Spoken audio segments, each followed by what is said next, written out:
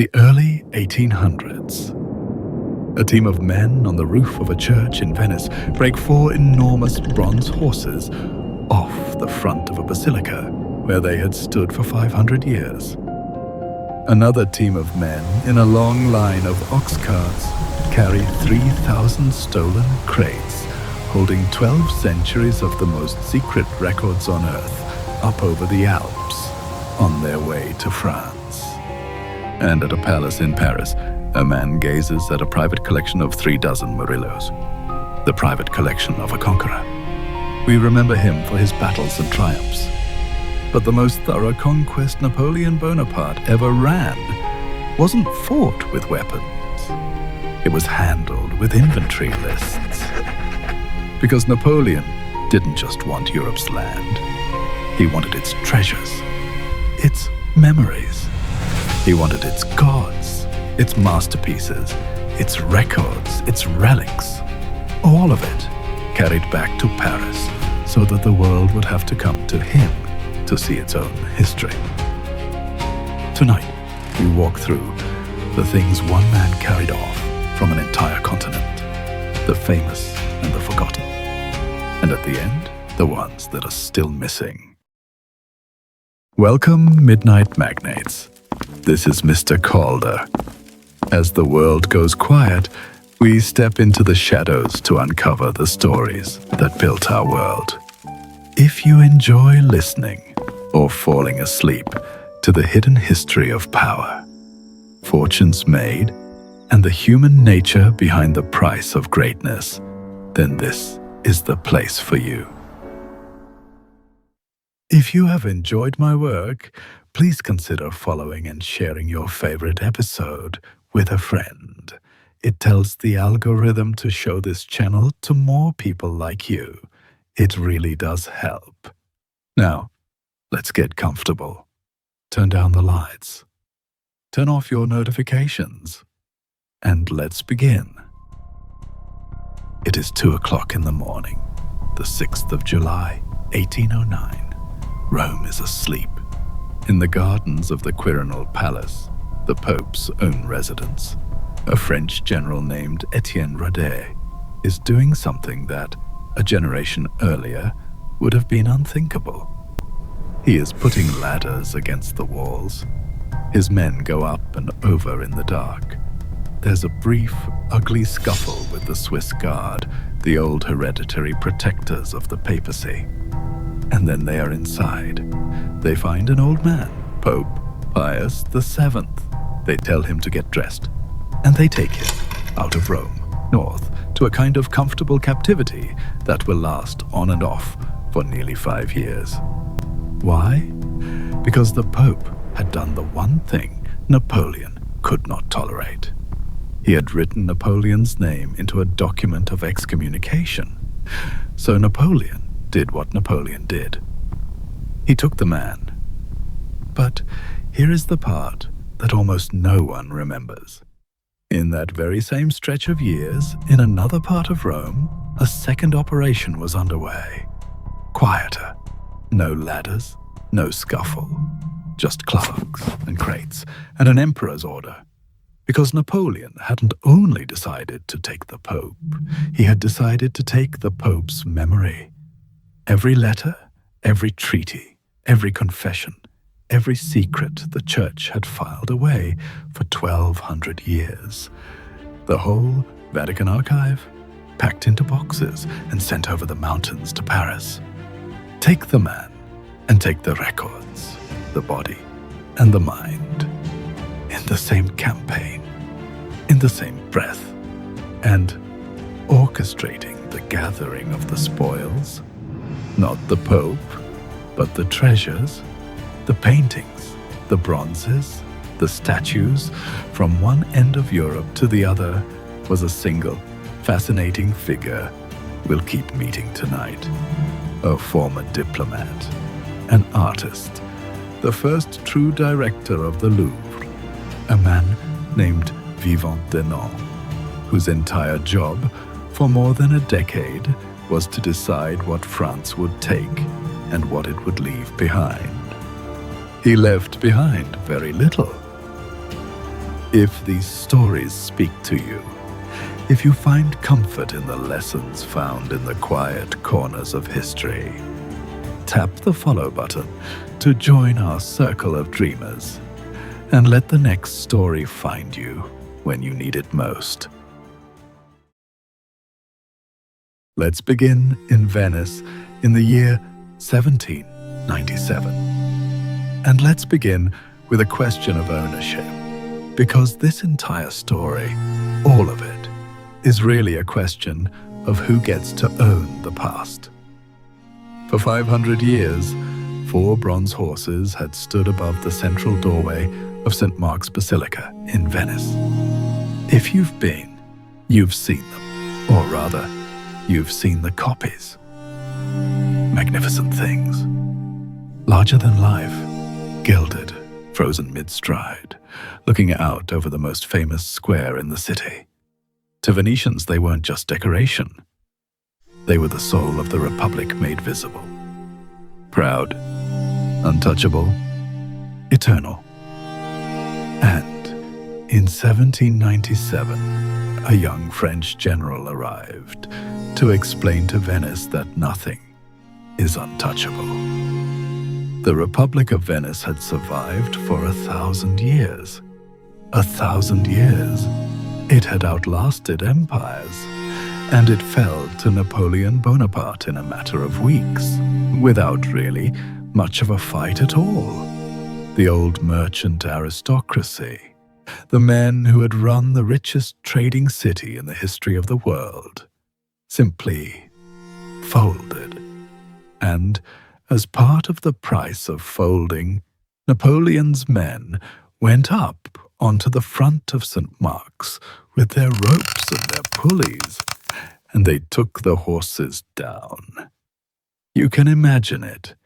The most recognizable objects in the city, lowered into the square, while the people who had grown up beneath them watched. The horses were crated, shipped to Paris, and eventually mounted on top of a brand new triumphal arch, the Arc de Triomphe du Carrousel, right by the Louvre, so that Napoleon could quite literally drive his carriage beneath the stolen pride of Venice. No. Here is where the story turns. And it turns in a way that I find quietly, darkly funny. Because those horses, they had been stolen before. The Venetians liked to think of the horses as theirs, but they hadn't made them. They had taken them. In the year 1204, during the Fourth Crusade, when a Venetian-led army did something genuinely shocking, even by the standards of the age. Instead of marching off to the Holy Land, they sacked Constantinople, the greatest Christian city in the world at the time, and stripped it bare. And among the treasures the Venetians hauled home from that act of plunder were 4 bronze horses, which they bolted onto their church and admired for the next 5.5 centuries, as if they had always belonged there. So let's be clear about what's actually happening on that rooftop in 1797. Napoleon isn't stealing the horses from Venice. Napoleon is stealing the horses from a city that stole them from an empire that, if you go back far enough, and historians do argue about this, may have taken them from somewhere else again. The thief was robbing a thief who had robbed a thief. There's a lesson in those horses, and it isn't a comfortable one. A trophy is never really owned. It's only held, for a while, by whoever happens to be strongest that century.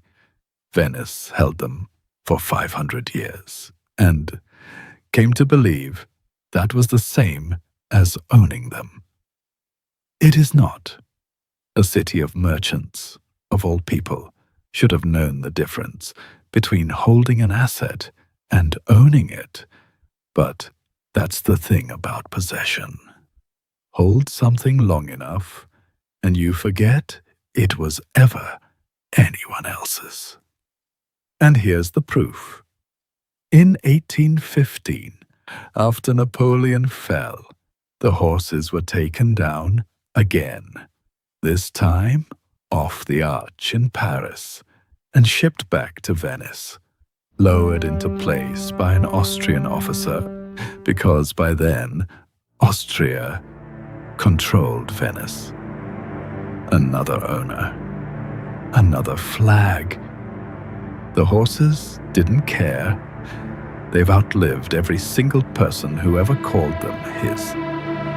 Today, if you go to Venice, the horses on the basilica are replicas. The originals are inside now, kept out of the weather, behind glass. Finally, too precious and too contested to leave outside, where someone might simply take them again. But a horse is a trophy you can see coming. It's enormous. It's bronze. You need ropes and weeks and a small army to move it. The next thing Napoleon's men carried off was small enough to fit in a single crate. And it held the keys to 3,000 years of human history. In the summer of 1798, Napoleon sailed for Egypt.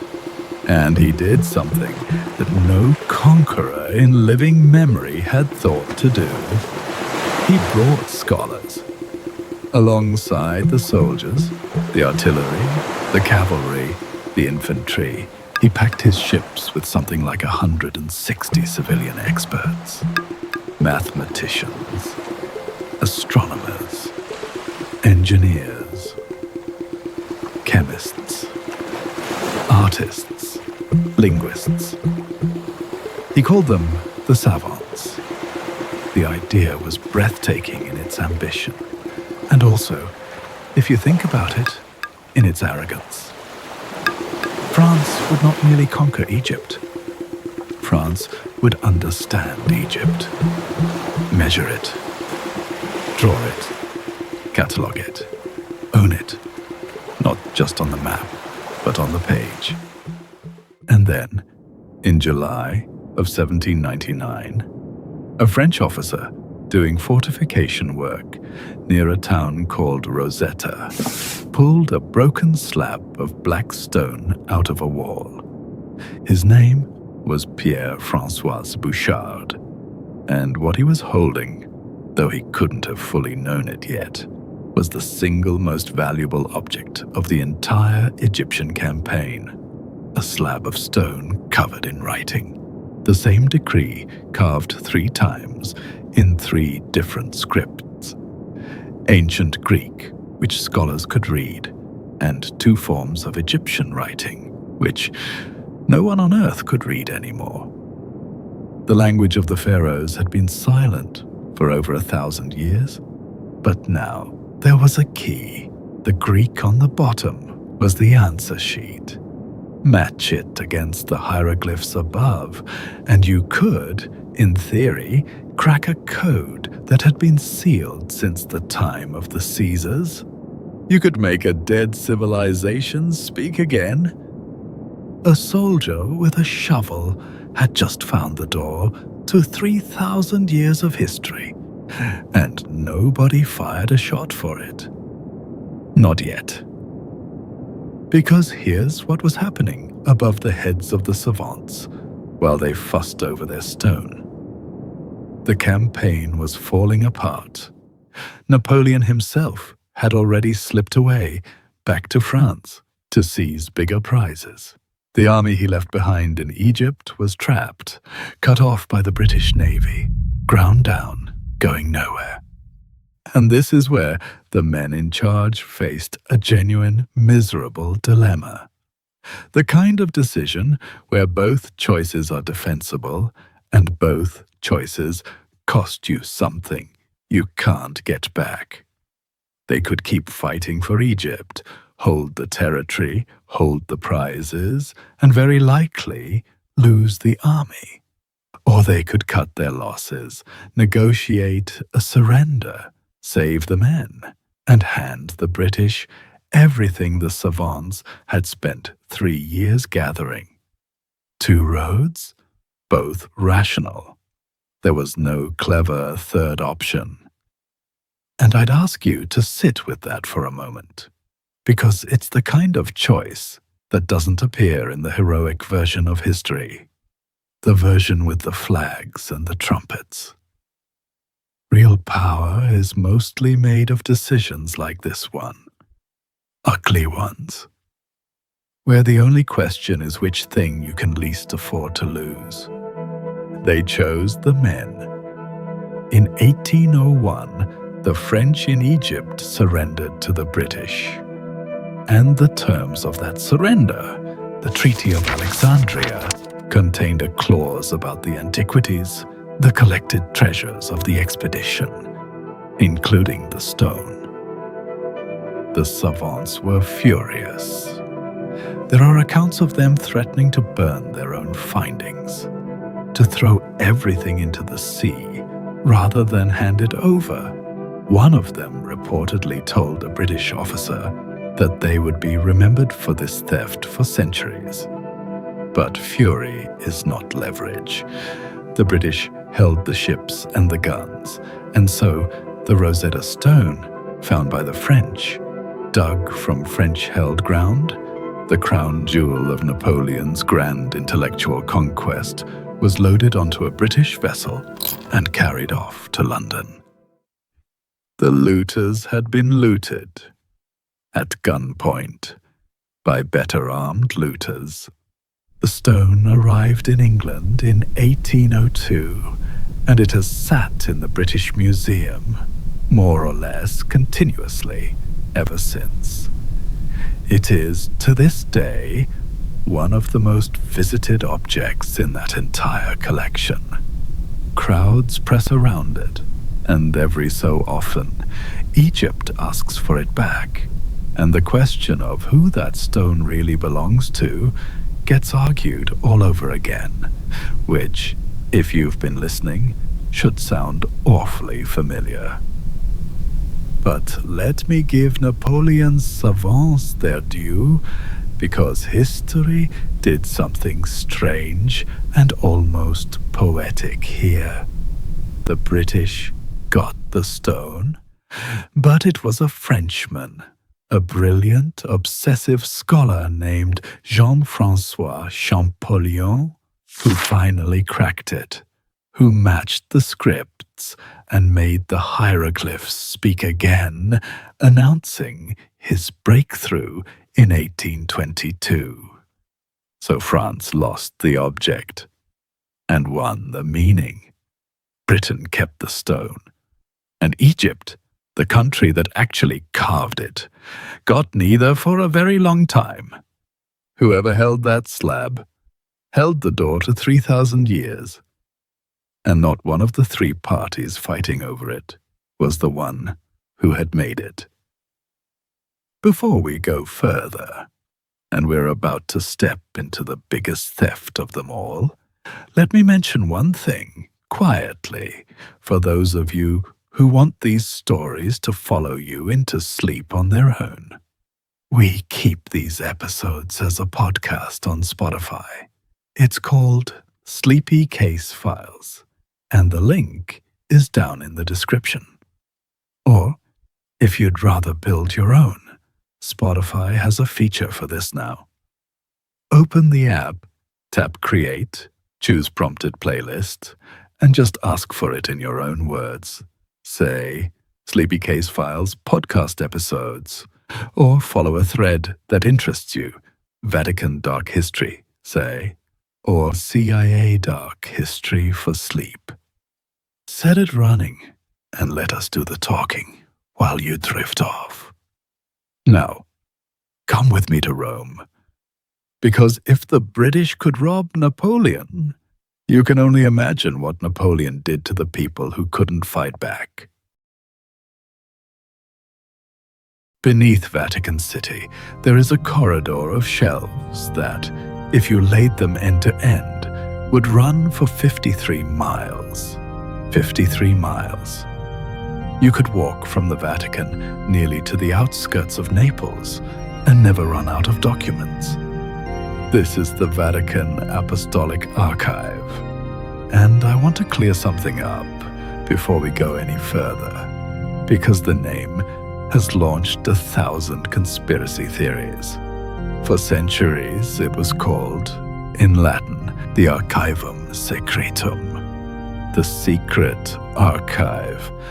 And people hear that and they picture hooded monks and forbidden gospels and a vault of dangerous magic. The truth is less cinematic and, to my mind, far more interesting. Secretum didn't mean secret the way we mean it. It comes from the same root as secretary. It meant private. Personal. These were the Pope's private papers, as opposed to the public ones. It is not a vault of magic. It is something much more powerful than magic. It is a perfect memory. 1,200 years of letters, treaties, rulings, and confessions, all filed, all kept, never thrown away. What's actually in there? Let me give you a taste. There's a letter from 1530, Henry VIII, begging the Pope for permission to divorce Catherine of Aragon. It carries 85 wax seals from English clergymen, 85 little blobs of pressure, and when the Pope said no, Henry broke with Rome and founded his own church. That single sheet of paper bent the entire history of England. There's a letter from 1246, from a grandson of Genghis Khan to the Pope, and its tone is, shall we say, not diplomatic. Submit, it says, or be considered my enemy. And there is the complete trial record of Galileo Galilei, the actual transcript of the moment the Church put science itself in the dock. 12 centuries of the most consequential paper on Earth, all in one place, which made it, for a certain kind of man, the most tempting target on Earth. And in 1810, that man gave the order. Move it, all of it, to Paris. Now, before I tell you what happened, I want you to do something. Put yourself in the position of the archivist who received that order. You have devoted your life to these shelves, and a French official hands you a directive.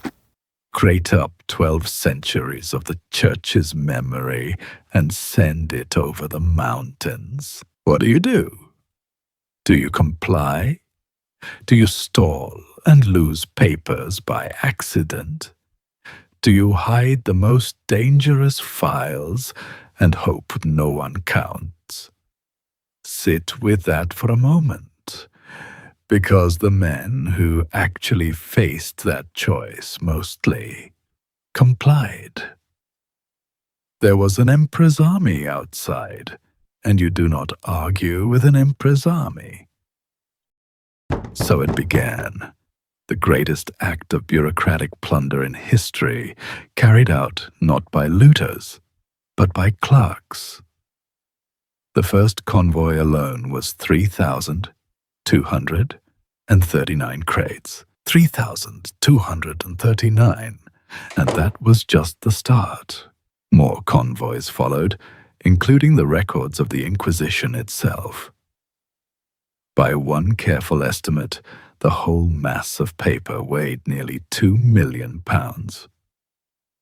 It went over the Alps under armed guard, and the bill for the move, paid naturally by the taxpayers of the empire, came to something like 620,000 francs.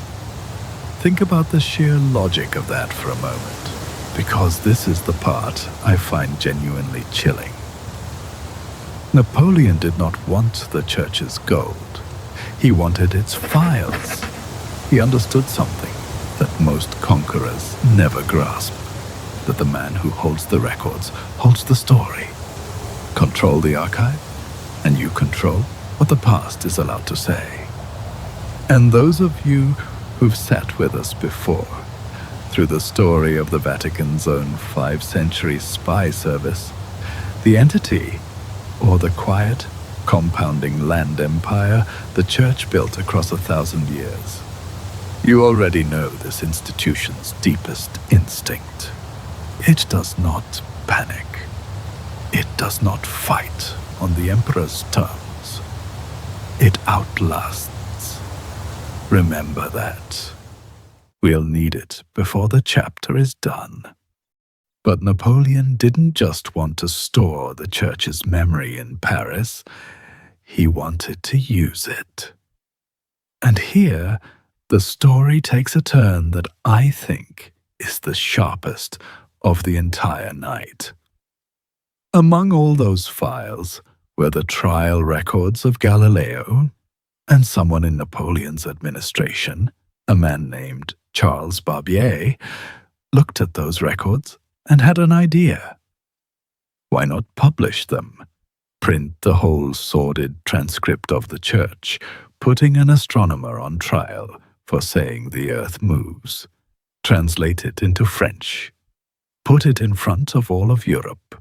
Show the world that the Catholic Church was the enemy of science, of reason, of progress itself. Napoleon personally approved the project. Scholars, Delambre, Venturi, were set to combing through the dossier for the most damaging passages. Do you see what's happening?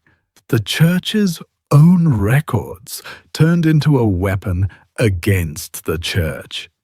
He hadn't just stolen the memory. He was going to read it back to them in public to humiliate them with it. That is a level of cruelty that armies don't have the imagination for. It takes a bureaucrat. And then it all came apart.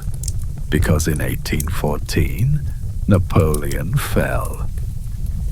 And here's where the story stops being about an emperor's ambition and becomes something stranger and sadder and far more human. The archive had to go home. But the new French government, the one cleaning up after Napoleon, looked at the cost of shipping nearly £2 million of paper back over the Alps and said, essentially, we are not paying for that. So the return was done on a shoestring, desperately, badly. To save money, to lighten the loads, the men handling it began to economize. A Vatican official named Count Ginassi sold off documents by weight, by the pound, as scrap paper. Another, a man named Marini, proposed simply burning whole categories of records to avoid the cost of moving them. Files on bishops, pieces of the Inquisition's own archive, centuries of paper fed to the fire or sold to merchants for wrapping. Let that picture settle, because it is almost too perfect. Somewhere in Paris in 1815, there was very likely a grocer who wrapped a customer's cheese in 1,000 years of Christendom, a shopkeeper bundling vegetables in the correspondence of medieval popes. The memory of the Western world, sold by the pound, used to keep the butter dry. When the dust settled, the accounting was brutal. Of everything that had gone to Paris, somewhere between a quarter and a third never came back. It was lost, sold, burned, scattered, gone. We will never know the full contents of what vanished, because the only complete record of it was the thing itself. Even the Galileo files went missing in the chaos, quietly pocketed by a French nobleman, the Duke of Blacas, and not returned to the Vatican until 1843, decades later, handed back through a papal diplomat in Vienna. So who won? That's the question, isn't it? Napoleon took the church's memory to own its story, and within a few years, he was finished, exiled, dying on a rock in the South Atlantic. The church? The church did what it always does. It waited. It absorbed the loss. It put back what it could on the shelves, closed the gaps as best it could, and went right on existing, as it had before Napoleon was born, and as it would long after. The man in a hurry tried to steal the memory of an institution that thinks in centuries. He got a third of it, and a few years of leverage, and then he was gone. And the archive, wounded, incomplete, but still standing, is still down there tonight. 53 miles of it. He could take a continent's memory, but he was also, when the mood took him, capable of something much smaller and almost petty. Sometimes Napoleon stole a thing for no strategic reason at all. He stole it simply because someone had dared to hide it from him. In Florence, there is a statue called the Venus de Medici, a marble Venus, ancient, life-sized, considered for centuries one of the most perfect depictions of the female form ever carved. It was the pride of the Medici collection, the jewel of the Uffizi, the kind of object a city builds part of its identity around. And as Napoleon's power spread across Italy, the people responsible for that statue did the sensible thing. They got it out of harm's way. In 1800, they packed up the Venus and shipped her all the way south to Palermo in Sicily, about as far from the French as you could get and still be in Italy. Hide the treasure, wait out the storm. It didn't work because Napoleon knew exactly what they had and exactly what they'd done with it, and he wanted it. Not because he needed a Venus. Paris was already drowning in looted marble. He wanted this one, the one they'd tried to keep from him. The pressure came down through diplomatic channels, the polite, irresistible kind of pressure an empire can apply. And in 1803, the Venus de Medici was pulled out of her hiding place in Palermo and shipped to Paris to take her place among the trophies of the Musée Napoleon. There's no grand tragedy in this one, no archive burned, no language lost.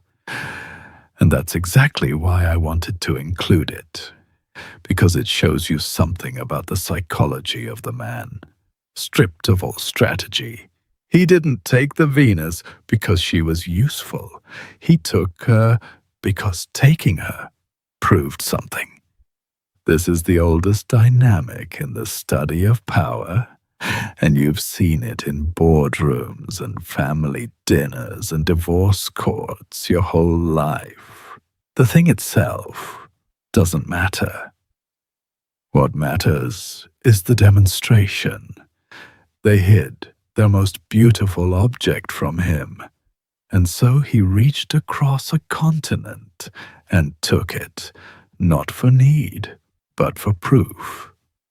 Proof that there was nothing they could keep from him, that even the things you love and hide are his, if he decides they are. The Venus, for her part, did what all of tonight's treasures do. She outlasted him. After Napoleon fell, she was sent back to Florence, arriving home in December of 1815. and she stands in the Uffizi today. The flex was temporary. The marble was not. He could demand a statue by name and have it carried across the Mediterranean. But the deepest theft of his entire reign, the one historians still argue about, took nothing you could touch at all. The army came to conquer Egypt. The scholars came to keep it, on paper, forever. I told you earlier about the savants, the 160 experts Napoleon brought to Egypt in 1798, and about the stone they found and then lost to the British. But the stone was only the most famous object of that expedition. It was not the most valuable thing they took, because the most valuable thing the savants took out of Egypt wasn't an object at all. It was Egypt itself. Let me explain what I mean. Once the army had secured Cairo, Napoleon founded an institution there, the Institut d'Egypte, modeled on the Great Institute of France, with the mathematician Gaspard Monge at its head. And he turned his scholars loose on the entire country, not to dig it up exactly, to document it, to measure every temple, to copy every inscription, to draw every god, every column, every canal, every bird and beast and farming tool, from the Mediterranean to the cataracts of the Nile. They worked for years, some of them under fire, sketching monuments, while the campaign collapsed around them. And what they produced, back in France, was one of the most extraordinary publications ever made. They called it simply the Description de l'Egypte, the description of Egypt. It came out in enormous volumes over nearly 20 years, from 1809 into the 1820s. Plates so large, they needed special furniture to hold them. An entire civilization, its history, its monuments, its plants and animals and people, measured, drawn, ordered, and bound between French covers. And here is the uncomfortable question that hangs over the whole magnificent achievement. When you measure a country that completely, when you draw every stone of it and publish it under your emperor's name, whose country is it then? The scholar Edward Said had a phrase for the description. He called it that great collective appropriation of one country by another. Appropriation, a taking, because that's what it was, underneath the science. Napoleon's men couldn't carry off the pyramids, so they did something subtler, and in its way more total. They carried off the knowledge of the pyramids. They made themselves the authority on Egypt's own past. For generations, if you wanted to understand ancient Egypt, you came to a French book to do it. Now, I want to be fair, because history rarely lets you keep a clean opinion. That same act of appropriation also gave birth to modern Egyptology. The serious study of ancient Egypt essentially begins here, with these obsessive Frenchmen and their measuring tapes. Real knowledge came out of it. Knowledge the whole world, including Egypt, still draws on. But that's the thing about this particular kind of theft, isn't it? It doesn't feel like theft. It wears a scholar's coat and carries a sketchbook. It even does some good. And it still ends with one nation owning the story of another. The deepest things Napoleon took from the world were never the bronzes or the marbles. They were the memories and the knowledge, the church's records, and now a civilization's entire past. Take the gold, and the country recovers. Take the story of who it was, and you've taken something it can never quite get back. That theft wore a scholar's coat. The next one wore a toga, and it marched straight through the middle of Paris in broad daylight for everyone to see. Some thefts hide. This one threw a parade. Go back with me to 1797, to the very start of all this, when Bonaparte was still just a brilliant young general, carving his way through Italy. He reached the Papal States, the territory ruled directly by the Pope, and the Pope, facing that army, did the only thing he could. He sued for peace. The price of that peace was a document called the Treaty of Tolentino. And the Treaty of Tolentino was, in effect, a license to loot, written in legal language. Buried in its terms was a provision that should make anyone who loves art go cold. French commissioners were granted the right to enter any building, public, religious, or private, and select what they wished to take. Any building, any collection. The churches, the palaces, the private galleries of Rome, all of it open, all of it available, by treaty. And so they took the crown jewels of Western art. The Apollo Belvedere, for centuries, considered the single most perfect statue in existence, the standard against which all other sculpture was judged. The Laocoon, that writhing, agonized knot of a father and his sons wrestling sea serpents, one of the most influential works ever carved. The dying Gaul, the Capitoline Venus. Great river gods, the Nile and the Tiber, in marble. Some 300 antiquities from a single cardinal's collection alone. Raphael's masterpieces, the treasures that had drawn pilgrims and artists to Rome for 1,000 years, were crated up and pointed north. But here's what separates this chapter from the others. Napoleon's France didn't take these things quietly, in the dark, the way you'd take something you were ashamed of. They took them proudly. They threw a festival. In July of 1798, Paris staged what it openly called a triumph, a deliberate echo of ancient Rome, when a victorious general would parade his spoils through the city.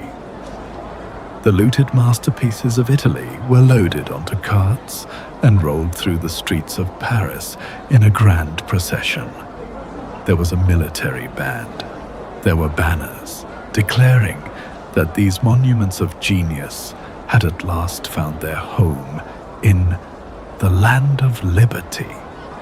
And, this is the detail I cannot get past, there were cages, wagons carrying lions and camels and other exotic creatures paraded alongside the Apollo Belvedere as though the art and the animals were all the same kind of prize. All of it spoils, all of it Rome's, and now all of it France's. Think about the psychology on display there. They could have simply hung the paintings and been done with it.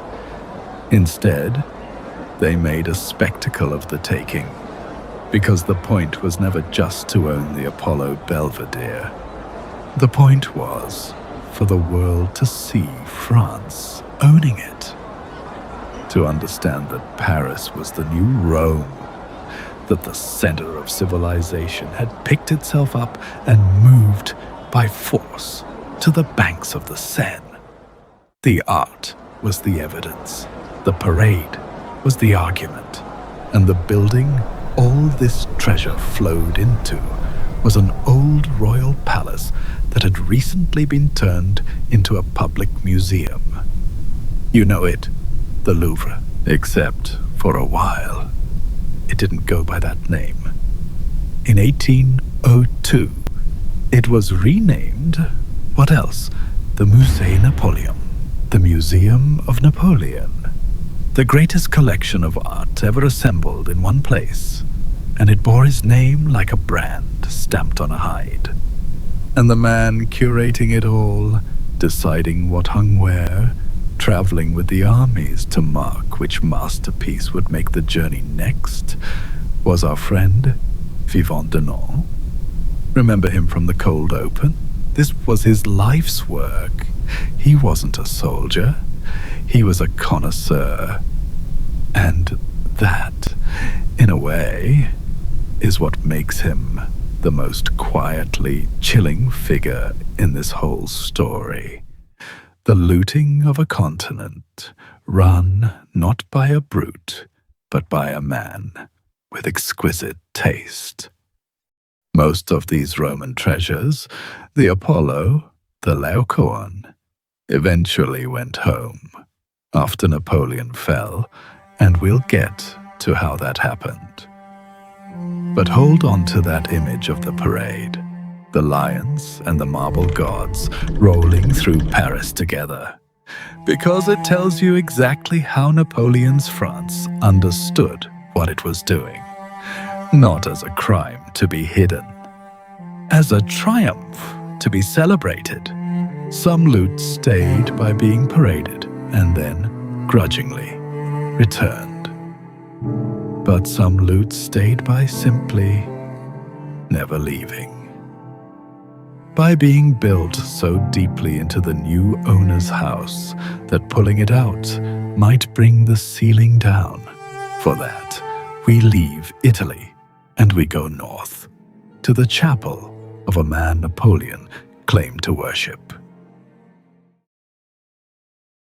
Napoleon had a hero, and in a story this full of irony, it should come as no surprise that he robbed him too. The hero was Charlemagne, the first man to unite most of Western Europe under a single crown since the fall of Rome, crowned emperor by the Pope on Christmas Day in the year 800. To Napoleon, Charlemagne wasn't just a historical figure. He was a template, a justification. When Napoleon crowned himself emperor in 1804, the whole ceremony was steeped in Charlemagne's imagery, because Napoleon wanted Europe to see him as the new Charlemagne, the restorer of a great European empire. He invoked the man constantly, and at the heart of Charlemagne's old world sat his Palatine Chapel in the city of Aachen, in what's now Western Germany. A stunning octagonal church, more than 1,000 years old, the place where Charlemagne himself was buried. And it was decorated with ancient marble and granite columns. Beautiful, irreplaceable. Some of them hauled up from Italy in Charlemagne's own time. In 1794, even before Napoleon ruled France, when the armies of the Revolution were sweeping through the region, French troops occupied Aachen and pried something like 40 of those columns out of Charlemagne's chapel. Out of the tomb church of the very Emperor Napoleon would soon hold up as his personal model. 10 of those columns were shipped to Paris and built directly into the Louvre, set into a grand gallery of antiquities that opened to the public in 1800. And now we come to the detail that makes this chapter sting. Those columns never came home. When Napoleon fell and the Great Reckoning came, and nation after nation lined up in Paris to demand their treasures back, the columns of Charlemagne mostly stayed put. They had been mortared into the fabric of the building. To remove them risked damaging the Louvre itself, so a compromise was reached. Years later, In 1843, some pieces went back to Aachen, but 10 of Charlemagne's columns remained in Paris. And they are there tonight, built into the walls of the Louvre, holding up French ceilings, more than 2 centuries after they were taken from the chapel of the man Napoleon called his model. There's a small, almost tender footnote to this one too. When the broader treasure of Aachen was being handled, 2 precious relics from the cathedral were given as a gift to Napoleon's wife, the Empress Josephine, including a famous jeweled amulet known as the Talisman of Charlemagne, a holy relic of Europe's first emperor, handed to the new emperor's wife like a souvenir from a trip. That talisman, by the way, was given to the cathedral at Reims, where it survives in the treasury to this day. Now, I'll offer you my own read on this one, and you're free to disagree, as always. I think a man who has to borrow another man's legend has already confessed something about himself.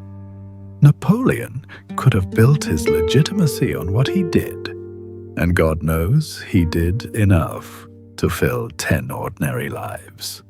Instead, he reached back 1,000 years and draped himself in Charlemagne, wore his imagery, invoked his name, and at the same time let his soldiers carry the dead emperor's chapel back to Paris piece by piece. You don't strip the tomb of a man you truly revere. You strip the tomb of a man whose authority you want to wear. That's not worship. That's appropriation, wearing the mask of worship. But that's just how I see it. Charlemagne's columns stayed by being mortared into a wall. But there was another way for a stolen thing to never truly come home. Not by staying, but by changing, somewhere along the road, into something its makers would no longer recognize. For that, we go to Berlin, and to a goddess. On top of the Brandenburg Gate in Berlin, there stands a chariot, pulled by 4 horses, driven by a goddess. A quadriga, it's called, a 4-horse chariot. And when it was first put up, the goddess driving it was a goddess of peace. The gate was meant as a monument to peace, a triumphal arch for a city at rest. Then, in October of 1806, Napoleon destroyed the Prussian army at the twin battles of Jena and Auerstedt, one of the most total military humiliations of the entire era. The Prussian state, the proud military machine of Frederick the Great, simply shattered. And days later, Napoleon rode in triumph into Berlin, straight through the Brandenburg Gate, beneath that goddess and her horses. It was not enough to ride beneath her. He decided to take her. And who gave the order? Our connoisseur again, Vivant Denon, traveling with the army, as he always was, with an eye for what could be carried home. On his instruction, the quadriga was dismantled. By early December, the horses were coming down. By the end of December 1806, the whole thing was packed into 12 crates and sent toward Paris by water. The journey was rough. The goddess of victory arrived in Paris in 1807, damaged, battered from the road, and then, in a final indignity, she wasn't even displayed. She sat in storage, in crates, the trophy of Berlin, gathering dust in a French warehouse. But this is a story about how the meaning of a stolen thing can change. So stay with me, because The ending is the whole point. Napoleon falls. 1814. The Allied armies pour into Paris, and among them are Marshal Blücher's Prussians, the same army he had humiliated at Jena 8 years before. And somewhere in the city, they find their goddess, still in her crates, still waiting, and they take her home. In August of 1814, the King of Prussia, Frederick William III, rode through the Brandenburg Gate at the head of his army, and the quadriga was restored to her place above them. But she did not go back unchanged. Oh no, the Prussians had learned something. The architect Schinkel redesigned her. They added the Iron Cross. They added the Prussian eagle. The goddess, who had once been a symbol of peace, came home as a symbol of military victory. Do you see what Napoleon actually accomplished there? He stole a peace monument and handed it back, transformed by the experience into a war monument. His theft didn't just humiliate Prussia, it militarized the very symbol he tried to carry off. He reached up to take the goddess of victory, and in doing so, he taught Prussia to make her one. Within 60 years, that same militarized Prussia would unify Germany by force and become the dominant power on the continent.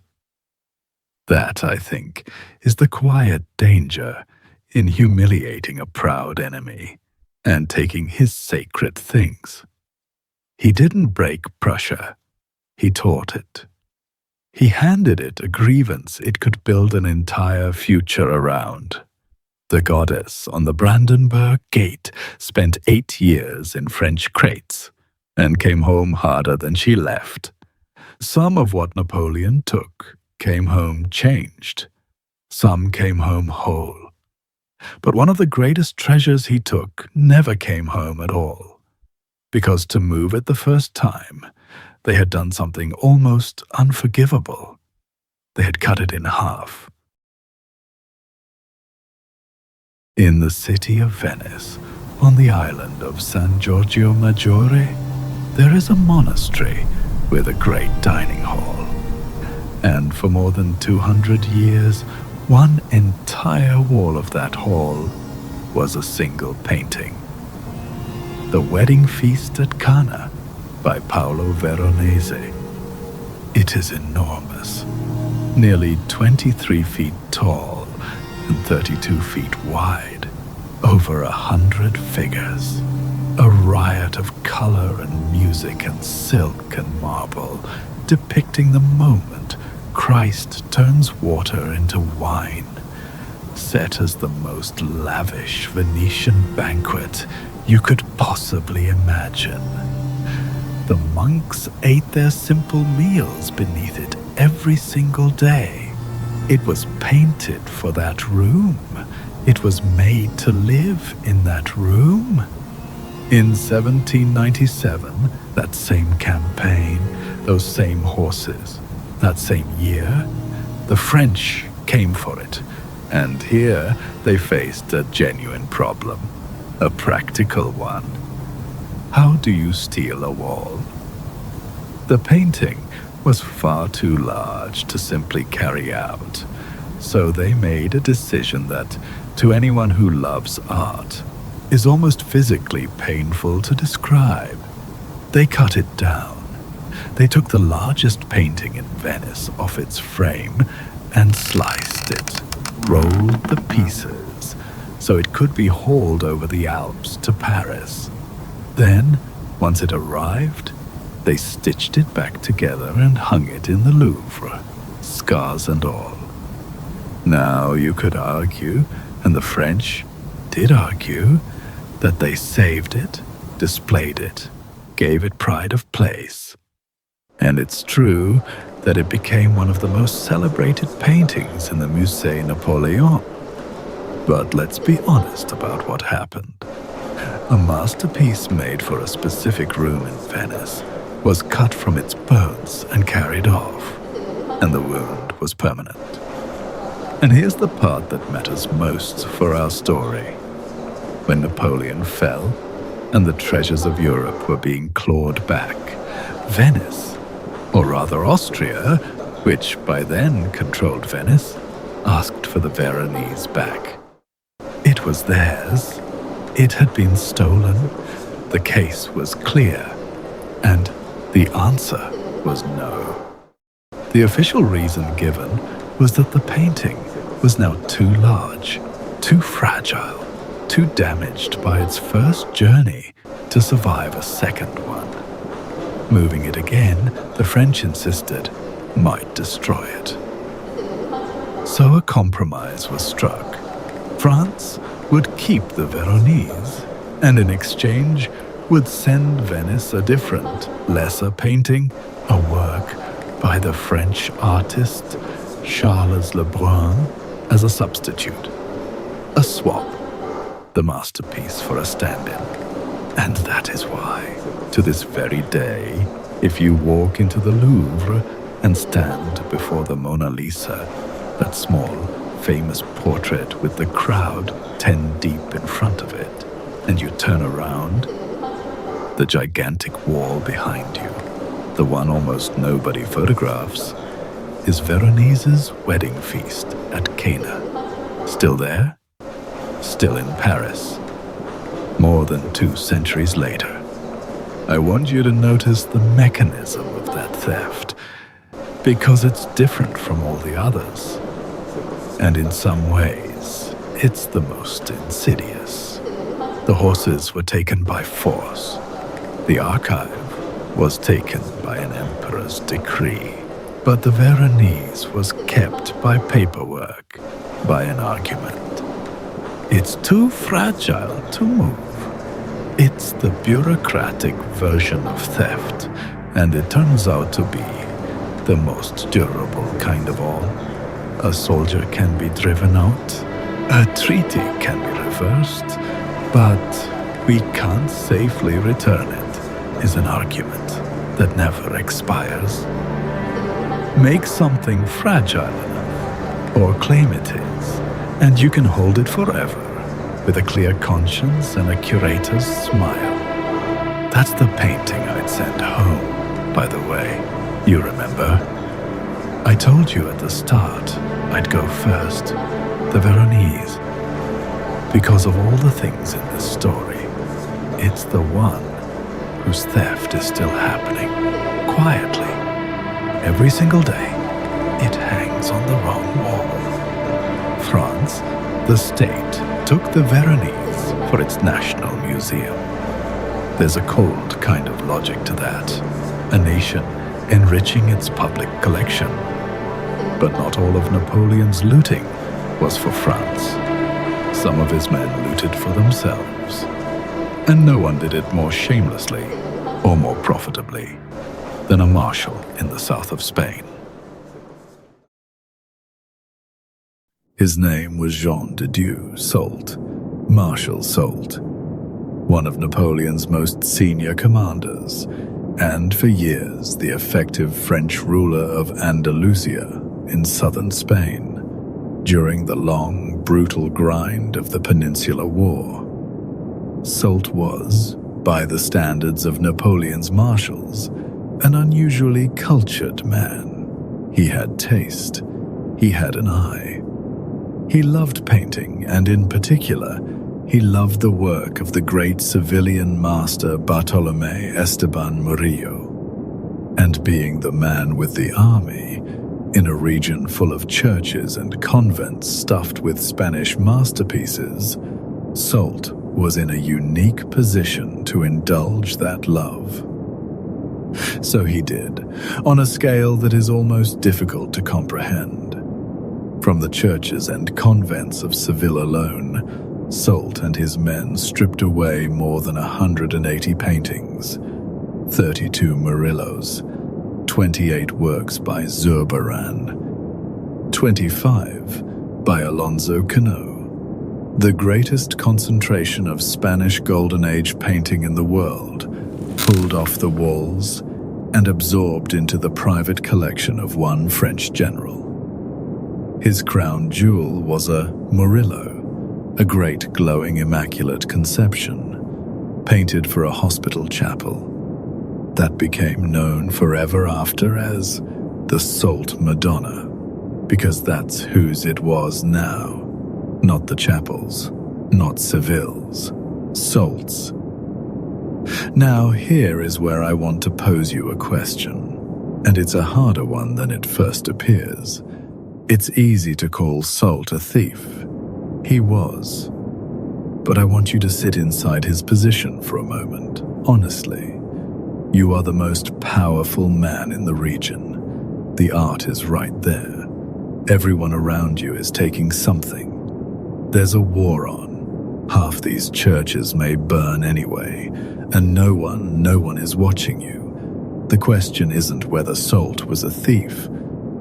The question is whether you would have shipped a Murillo home, untouched, with no one watching and a masterpiece leaning against your wall. It's a comfortable thing, to be certain you'd have done the right thing. It's also, usually, untested. Because here is what separates Salt from the state looters like Denon. Denon, whatever else you say about him, was taking for France for a public museum, a national collection. Salt was taking for Salt. And he proved it, decisively, in the way he behaved for the rest of his life. After the war, the Spanish wanted their paintings back. Salt's answer? He'd sell, at a price. And the price was astronomical. He wasn't returning stolen art. He was running a market in it, charging the victims a fortune to buy back their own heritage. He held onto that collection for decades, through the fall of Napoleon, through the restoration of kings, through his own improbable second career as a respected elder statesman. He simply kept the loot and dared anyone to do something about it. It was only after Salt died, in 1851, that his family finally let the collection go, selling off 163 paintings. The Salt Madonna alone went to the Louvre for over 600,000 francs, the highest price paid for any painting in the world at that time. The rest scattered to the Louvre, to the National Gallery in London, to the collection of the Tsar of Russia. They never reassembled. To this day, the masterpieces of Seville's Golden Age hang dispersed across the museums of the world, and a great many of them trace their journey back to one Marshall's Wall. That's the difference between the state and the man, isn't it? When France took, it built a museum, and most of it eventually went home. When Salt took, he built a fortune, and it never did. Same uniform, same war, same crime, really, but a very different ledger. Power excuses a great deal when it wears a flag, and excuses even more when no one is keeping the books. But let me leave you with one last turn on Salt's countrymen in Spain. Because the looting in Spain produced the single most poetic reversal of the entire Napoleonic adventure. It happened on a single afternoon in 1813. And it happened to Napoleon's own brother. By 1813, Napoleon had installed his older brother, Joseph Bonaparte, as the King of Spain. It was not a happy reign. The Spanish never accepted him. The war ground on. And finally, on the 21st of June, 1813, near a town called Vittoria, the British and their allies under the Duke of Wellington caught Joseph's army and shattered it. And as Joseph fled the field, he was not traveling light, because King Joseph, like everyone else in this story, had been busy. His baggage train carried something extraordinary, around 200 paintings, lifted from the Spanish royal collection, the patrimony of the Spanish crown, packed up and rolling along behind a defeated army. And listen to what he'd done to move them, because it should sound horribly familiar by now. Joseph had ordered the paintings cut from their stretchers and rolled up, the same brutal shortcut the French used on the Veronese. And the rolled canvases were stuffed into the great compartment on top of his personal traveling coach. He was, quite literally, trying to flee a lost war with the art tucked over his head. He didn't make it. As the French army broke and ran, the fleeing soldiers did something that tells you everything about the chaos of that day. They unhitched the horses from the baggage wagons, because a horse could carry you away from the British cavalry, and a wagon full of paintings could not, and they left it all. Joseph's coach, his treasure, 200 rolled-up masterpieces of the Spanish crown, simply abandoned in the streets of Vitoria as the British troops came pouring in. What followed was a looting of the looters, a wild, undignified free-for-all as British and Allied soldiers tore through the richest baggage train any of them had ever seen. Somewhere in that chaos, the paintings survived. And here is the turn that makes this my favorite irony in the whole story.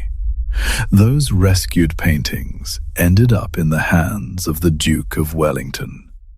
And being, by the standards of conquerors, an unusually honest man, Wellington wrote to the restored Spanish king, Ferdinand VII, and offered to give them back. The art belonged to Spain. He would return it. And Ferdinand said no. The Spanish king, in gratitude for everything Wellington had done to drive the French out of Spain, told the Duke to keep them. And so, to this day, 83 paintings from the Spanish royal collection, including a Velázquez, the famous water-seller of Seville, hang not in Madrid, but in London, in Wellington's old home at Apsley House, given freely, a thank-you gift made of recovered loot. Sit with the full shape of that for a moment. Napoleon's brother loots the Spanish crown. The loot is captured by the British. The British honestly try to give it back, and the Spanish king tells them to keep it as a reward. The loot didn't go home even when the thief was beaten and the victor was willing, because by then it had become something else, not stolen goods, but a gift between kings. Move a thing through enough powerful hands, and it stops looking stolen at all. A painting seized on a battlefield becomes, a few years later, a token of gratitude between crowns. The same object, laundered clean by nothing but time and the right signatures. The French took for the state, and the marshals took for themselves, but the very machine Napoleon used to strip a continent, he didn't build it, he inherited it. And to see where it truly began, we have to go back, before the emperor, to a revolution, and to a church in Antwerp. Here's something that surprises people.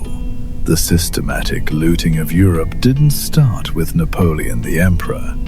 It started years earlier, with the French Revolution, the movement that draped itself in the language of liberty and reason and the rights of man.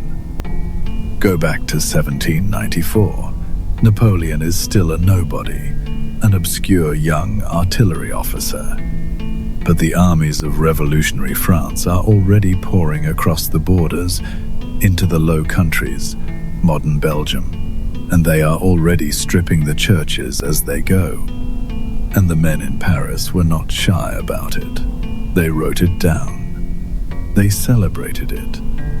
In August of 1794, a French politician and clergyman named the Abbé Grégoire stood before the National Convention, the revolutionary government, and made a report.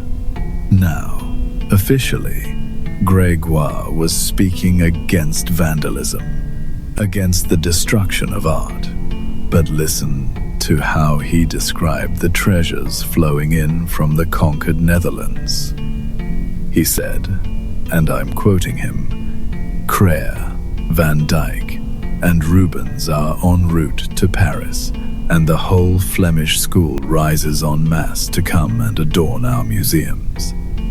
The whole Flemish school rises en masse, as if the paintings themselves had volunteered, as if Rubens and Van Dyck were marching to Paris of their own free will, eager to hang in a French gallery, rather than being torn off the walls of churches by an occupying army. That's the language of a revolution telling itself a story about its own theft. We're not looting, we're liberating the art. We're rescuing genius and bringing it to the land of liberty, where it can finally be appreciated by free men. Among the treasures that rose en masse in those years were two of the greatest paintings of the Northern Renaissance, Rubens' Descent from the Cross and his Elevation of the Cross, torn from the great Cathedral of Antwerp and carried to Paris. They hung in the Louvre for 20 years. Now, here's why this chapter matters, and why I saved it for near the end, because it reframes everything you've heard tonight. When Napoleon took power, he didn't invent this apparatus. He inherited it.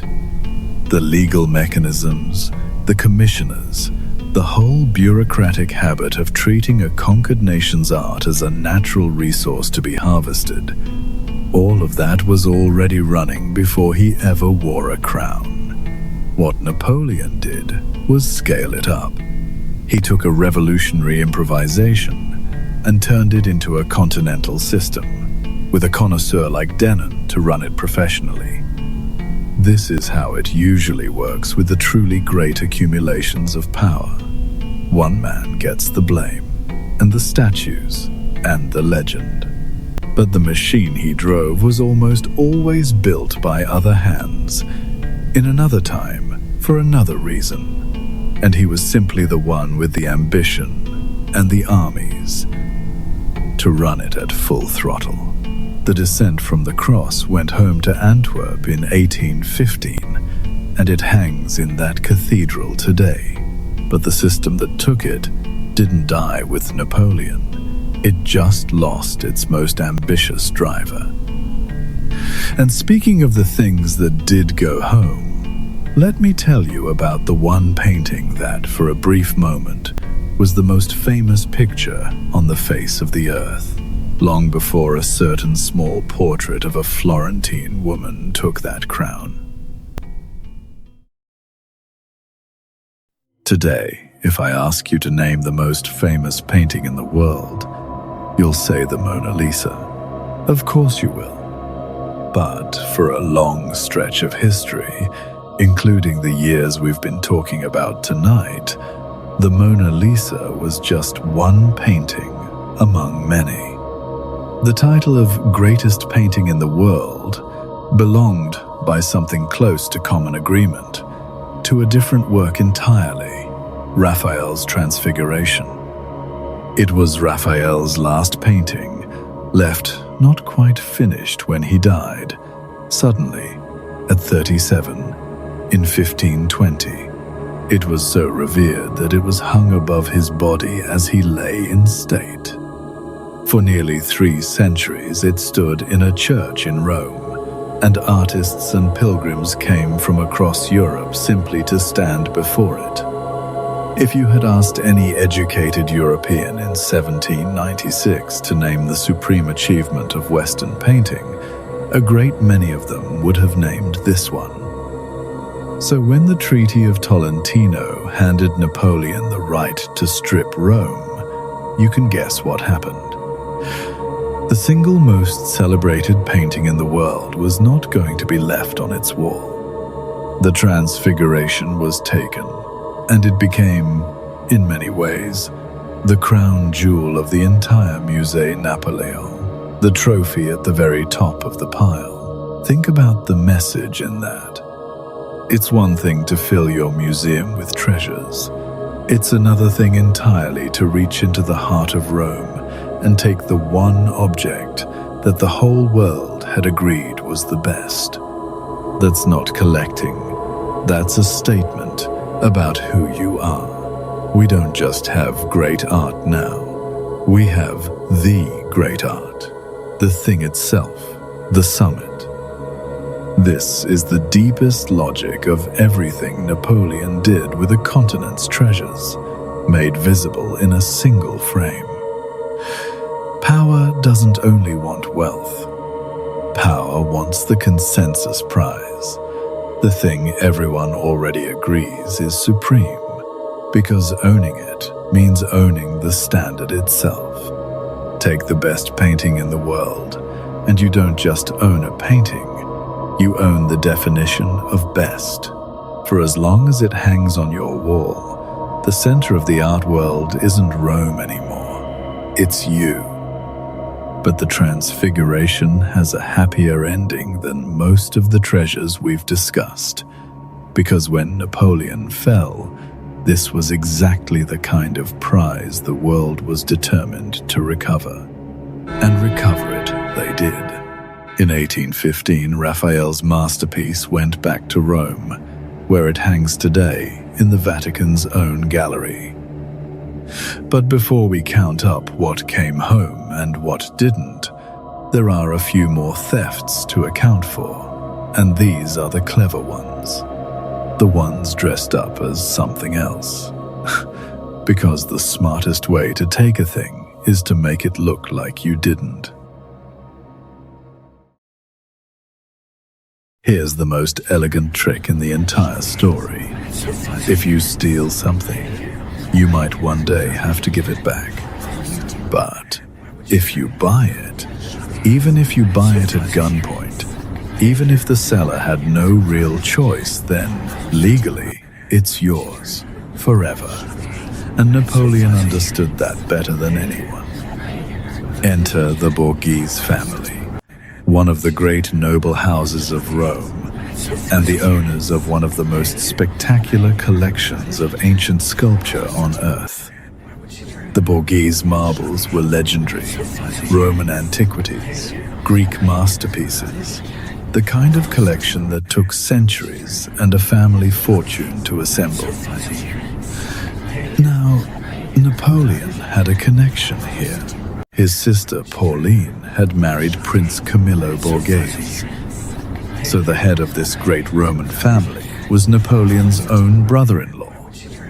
And in 1807, by a decree signed at Fontainebleau, that brother-in-law sold his family's collection to Napoleon.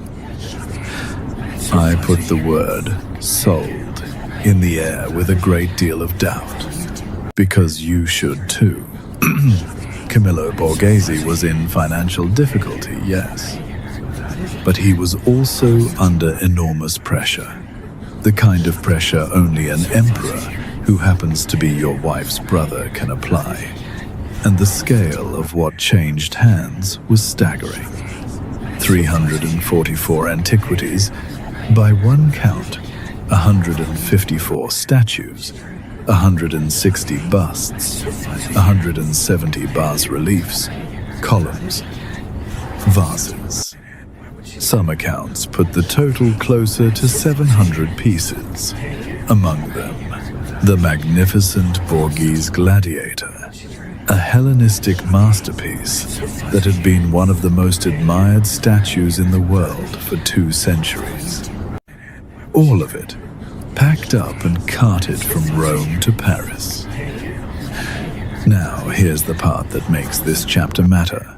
The payoff that makes Napoleon's little legal trick so brilliant and so cynical. Remember everything else we've talked about tonight. The Apollo Belvedere, the Laocoon, Raphael's Transfiguration. All of it was taken by force, or by the treaty of a defeated enemy. And so, when Napoleon fell, all of it was eligible to be clawed back. It was loot, and loot can be returned. But the Borghese collection? The Borghese collection wasn't loot. It was a sale, a private transaction, with a signed decree and, presumably, some money that changed hands. And so, when the Congress of Vienna sat down in 1815 to sort out what France had to give back, they drew a line. Looted art goes home. Purchased art stays. And the Borghese marbles, having been so cleverly purchased, were ruled the legal property of France. They never went back. They are in the Louvre tonight. The Borghese gladiator, 2,000 years old, taken out of a Roman villa by a family's own desperate prince under an emperor's pressure. And it has stood in Paris for over 2 centuries, perfectly, legally French. Squeeze a man hard enough to make him sign, and the law will call it a sale forever after. That, I'm afraid, is one of the oldest moves in the Book of Power. It is rarely the threat that holds up in court. It's the signature you extracted with it. Not every treasure Napoleon's men carried off was destined for a museum. Some of it was a gift, a romantic gesture, even. And the story of how it vanished is one of the strangest in this whole account. In 1806, the same campaign that took the Brandenburg Goddess, French forces, under the direction of our tireless connoisseur Vivant Denon, descended on the gallery of the Elector of Hesse Castle, one of the great princely collections of Germany. Denon selected 48 paintings. And not just any paintings. Rembrandts, works by Claude Lorrain, by David Teniers, some of the finest pictures in the German lands, loaded onto a convoy and pointed toward France. But the convoy passed through the city of Mainz. It was seen by the Empress Josephine, Napoleon's wife. She looked at these 48 masterpieces, and she wanted them. So she did what an empress does. She prevailed upon her husband, and Napoleon, the most powerful man in the world, redirected a gallery of looted German art away from the National Museum and sent it instead to his wife's private country house at Malmaison. A personal present, a bouquet of Rembrandts. Now picture the scene 9 years later. Napoleon has fallen. The reckoning has come. And the representatives of Hesse Castle travel to Malmaison to collect their stolen paintings, as nation after nation was doing all across France. And they are told that the best of them are gone. Because in the intervening years, Josephine had been in serious financial trouble. And to pay her debts, the finest pieces of the Castle collection, those Rembrandts, that Claude Lorrain had been quietly sold, and sold to a very particular buyer, Tsar Alexander I of Russia, for his collection at the Hermitage in St. Petersburg. And the Tsar, you see, was not a party to the agreements about returning looted art. He had bought them, fair and square, from the Empress's estate. They were his. So when the Hessians came for their masterpieces, the trail simply ended. The finest works from the Elector's gallery were no longer in France to be returned. They had been gifted to an empress, sold off to pay her debts, and carried away to Russia, where a number of them remain to this day. Follow the chain of that one.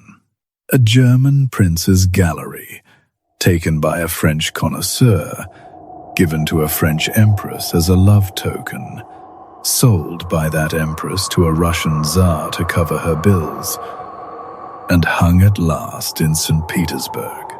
4 sovereigns, 3 countries, and not a single one of them the people who actually commissioned and owned the paintings in the first place. That's the afterlife of looted art. It doesn't just get stolen. It gets passed around the dinner tables of the powerful like a serving dish, until no one at the table can quite remember whose food it was.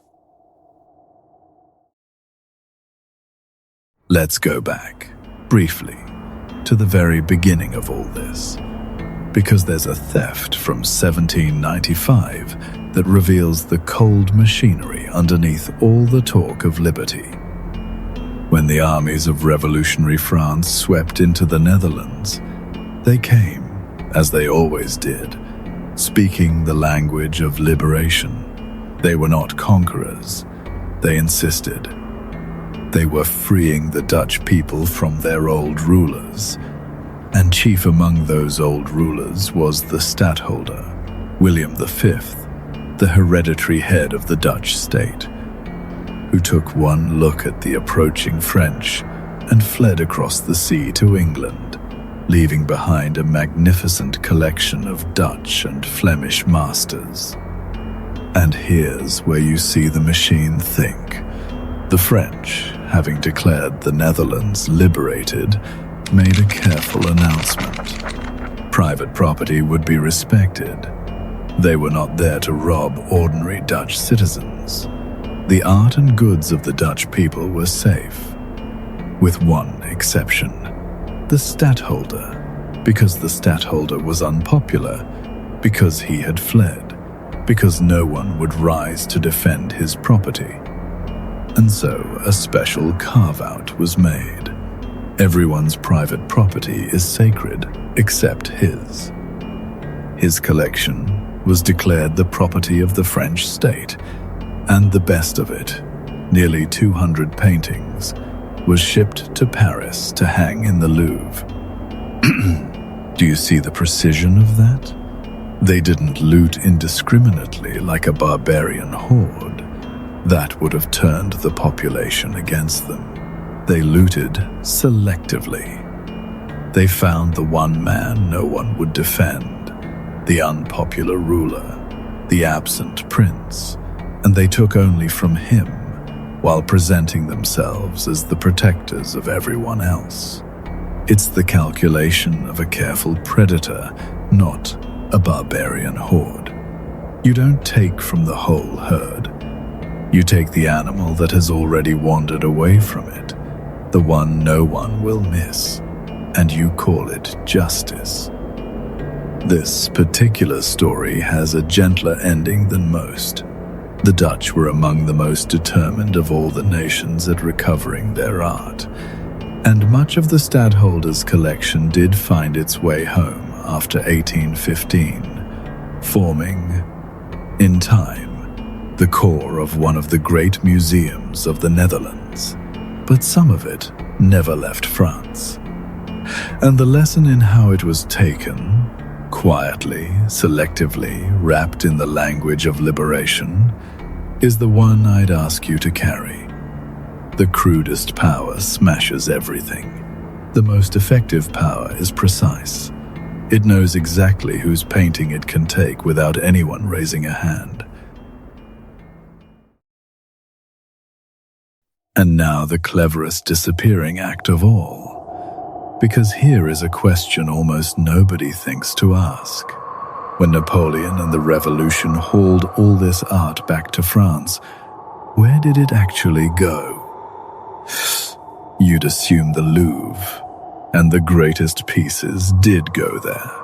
But there were thousands upon thousands of works, far more than one museum, even the Louvre, could ever hang.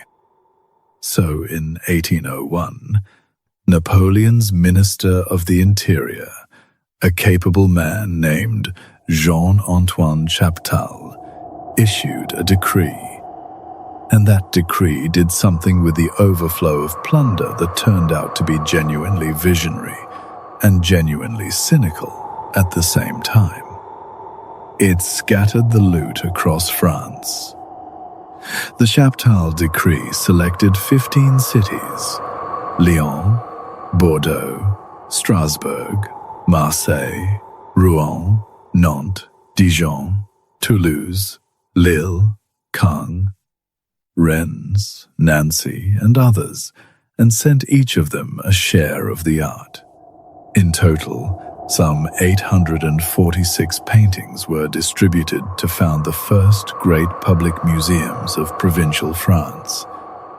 And a significant portion of those works, perhaps 15%, around 160 paintings, were spoils of war, looted pieces, deliberately sent out to the provinces.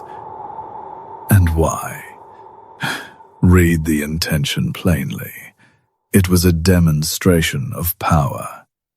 Every regional city that received a looted Italian altarpiece or a Flemish master was receiving a piece of physical proof that revolutionary France had marched across Europe and won. Proof brought home and hung on the wall of your local museum, where every citizen of Lyon or Rouen could come and admire the fruits of conquest, the plunder of a continent, distributed like a dividend to the shareholders of the nation. But here's the quiet genius of it, the part that makes this the cleverest theft of all. By scattering the loot across 15, 20, eventually dozens of cities, Napoleon and Chaptal made it almost impossible to ever fully give back. When the reckoning came in 1815, it was one thing to walk into the Louvre with a list and demand your paintings, but to track down a single looted canvas now hanging in a museum in Caen or Nancy or Toulouse, to even know it was there, was another matter entirely. The art had dissolved into the bloodstream of an entire country. And so, to this day, if you visit the fine arts museums of provincial France, you are very likely looking at the spoils of the Napoleonic Wars. Pieces that never went home, not because anyone fought to keep them, but because they had been so thoroughly scattered that no one could ever gather them up again. It is the perfect crime in the end, not the loot you hide in a vault.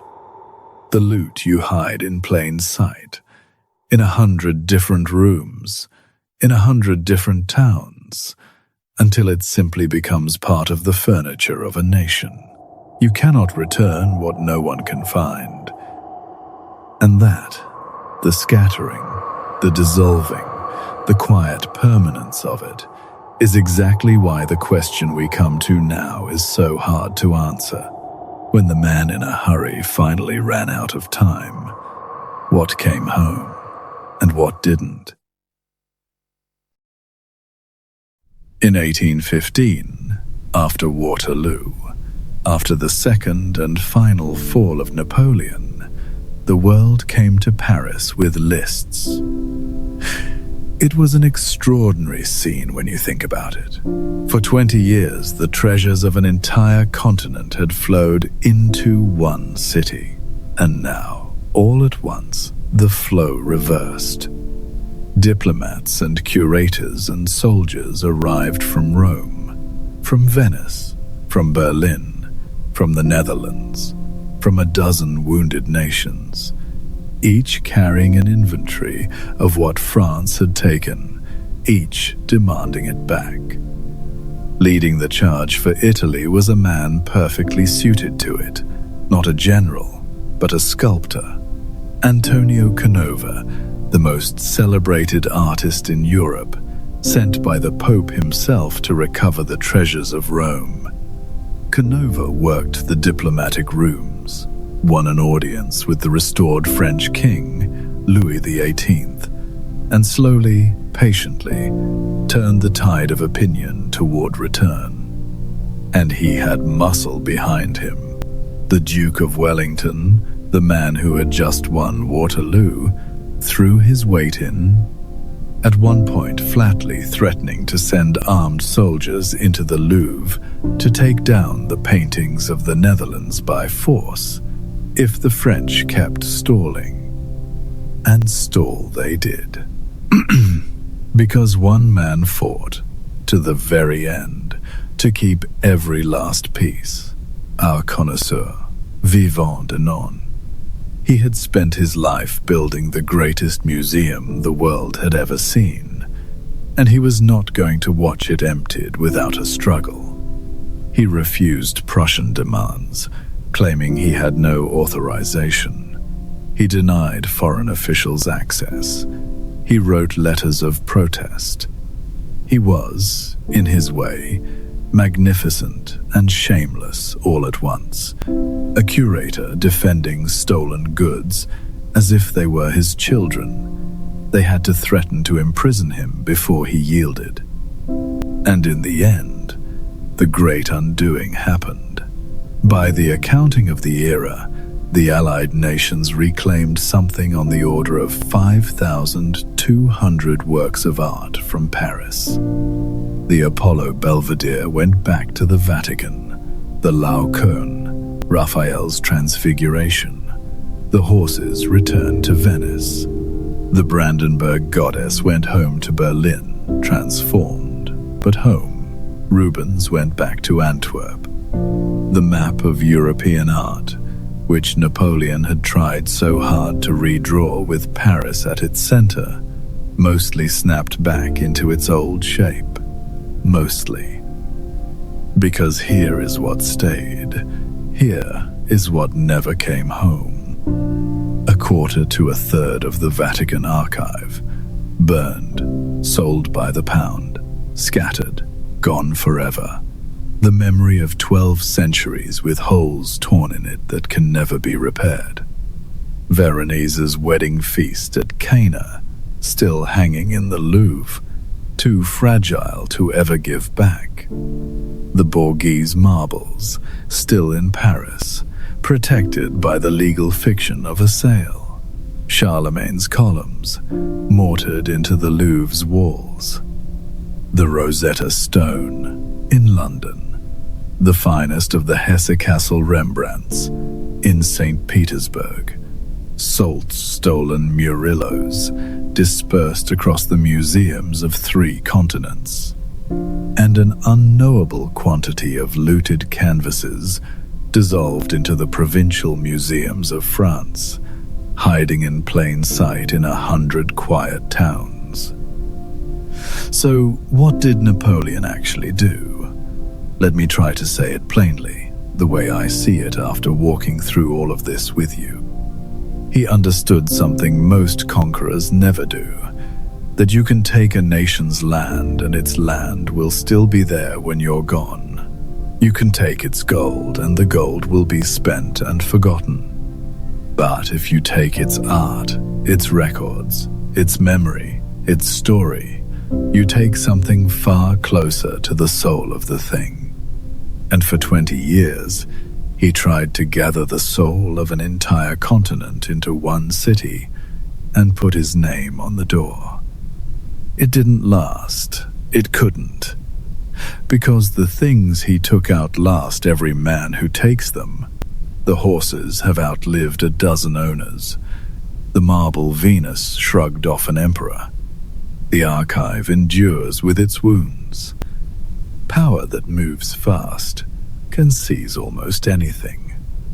But holding it, Holding it is a different and much rarer kind of power, the kind that belongs to institutions and nations that think not in years, but in centuries. Napoleon thought in years. He ran out of them.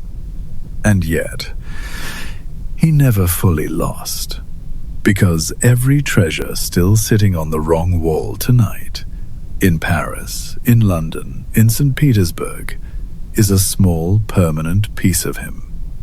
The reckoning got most of it back. It never got all of it. And possession, in the end, turns out to be the most stubborn form of power there is. Far harder to reverse than anyone, in 1815, expected.